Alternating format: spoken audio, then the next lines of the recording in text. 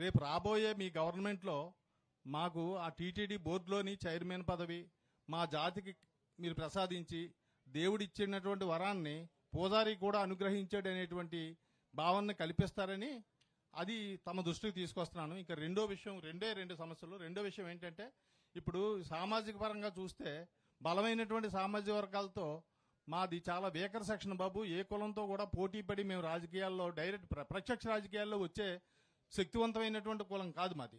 కాబట్టి దయచేసి రాబోయే మీ గవర్నమెంట్లో కనీసం నామినేటెడ్ పోస్టుల్లోనైనా సరే మా వాళ్ళకి ఇచ్చి న్యాయం చేస్తారని చెప్పి నేను సభాముఖంగా తమ దృష్టికి తీసుకొస్తున్నాను. మరి సెలవు.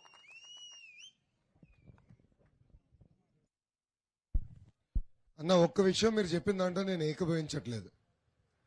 అరే, రాజకీయంగా ఆర్థికంగా బలంగా ఉన్నవాళ్ళు యాదవ సోదరులు, అరే మంత్రులుగా ఎమ్మెల్యేలుగా మళ్ళీ ఎంపీగా కూడా పంపిస్తానంటే మీరేమో మాకు నామినేటెడ్ పోస్ట్ ఇస్తే చాలంటారు. అది ఎట్లా స్వామి? అయ్యో, బలమైన వారు మీరు, దాంట్లో ఎలాంటి డౌట్ లేదు. తప్పనిసరిగా రాజకీయంగా పెద్ద ఎత్తున ప్రోత్సహిస్తాం, దాంట్లో డౌట్ అవసరం లేదు. గతంలో ఎమ్మెల్సీలు కూడా అనేక మందికి అవకాశం ఇచ్చాం. మళ్ళీ తప్పనిసరిగా మన యాదవ సోదరుల కోసం తెలుగుదేశం ప్రభుత్వం దామాషా ప్రకారం నామినేటెడ్ పోస్టులు కూడా అందజేస్తాం. ఆ డౌట్ అవసరం. రెండోది, మీరందరూ ఏమనుకోకపోతే ఒక మాట చెప్తా. మనం తన్నే దున్నపోతు జోలికి వెళ్ళామండి, ఎవరో వెళ్ళాం. ఎందుకురా బాబా తంతుందని. కానీ పాలిచ్చి ఆవు దగ్గరికి వెళ్ళి పొద్దున నిన్న 7 లీటర్లు ఇచ్చే ఇంకో 2 లీటర్లు ఎక్కువ ఇవ్వచ్చు కదా ఈరోజు అనుకుంటాం. ఏమన్నా కరెక్టా కాదా? తన్నే దున్నపోతు ఎవరు? వైకాపా ప్రభుత్వం. పాలిచ్చే ఆవు ఎవరు? తెలుగుదేశం ప్రభుత్వం.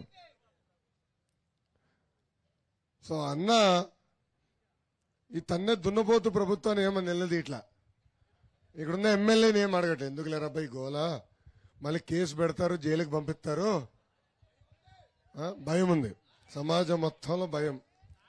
కానీ అదే పాలిచ్చే తెలుగుదేశం ప్రభుత్వం దగ్గరికి మాకు ఈ పదవి కావాలి, ఆ పదవి కావాలి, ఇది చేయాలి, మాకు ఇది అది అన్నా తప్పనిసరిగా టీటీడీ బోర్డులో యాదవ సోదరులు మళ్ళీ అవకాశం కల్పిస్తాం, దాంట్లో ఎలాంటి సందేహం లేదు. కానీ ఇక్కడున్న యాదవ సోదరులందరినీ కూడా ప్రభుత్వాన్ని నిలదీయమని నేను కోరుతున్నా. సంఘ పెద్దలు కూడా నిలదీయాలని. ఇక్కడ కూడా పెద్దలు ఉన్నారు, అన్నారు మంత్రి గారే బయటికి వెళ్ళమన్నారని. కారుమూరి గారు మీరు బయటికి వెళ్ళండి, మీరు అసలు మాతో మాట్లాడడానికి హక్కు లేదని. ఇంకా తిరుగుబాటు చేయాలండి. ఇంకెన్నాళ్ళని భయపడి బతుకుతాం మనం? ఇంకా 3 నెలలు ఎన్నికలు వస్తున్నాయి. టైం వచ్చింది బ్రదర్, సమయం లేదు మిత్రమా. మనందరం కలిసికట్టుగా పోరాడాలి. అప్పుడే మన అనుకున్న ఆశయాలు మనం సాధించగలుగుతాం. ఇప్పుడు బాబు గారు అనుకుని ఎందుకులే గొడవ, నాకెందుకు ఈ కేసులు అంటే ఇంకెట్లండి? నేను కూడా అనుకుని నాకెందుకయ్యా బాబు 22 కేసులు, పాదయాత్ర ఎందుకని ఇంట్లో పడుకుంటే ఎట్లా? నమ్ముకున్న సిద్ధాంతాల కోసం మనం అందరం పోరాడాలి. అరే పౌరుషం ఉన్నవాళ్ళు యాదవ సోదరులు పౌరుషం ఉన్నవాళ్ళు ఏమైంది? పోరాడాలి, మనం అనుకున్న సిద్ధాంతాల కోసం నిలబడాలని సభాముఖంగా మా యాదవ సోదరులు కూడా నేను కోరుతున్నా. థ్యాంక్ యూ అన్న. నమస్తే అన్న.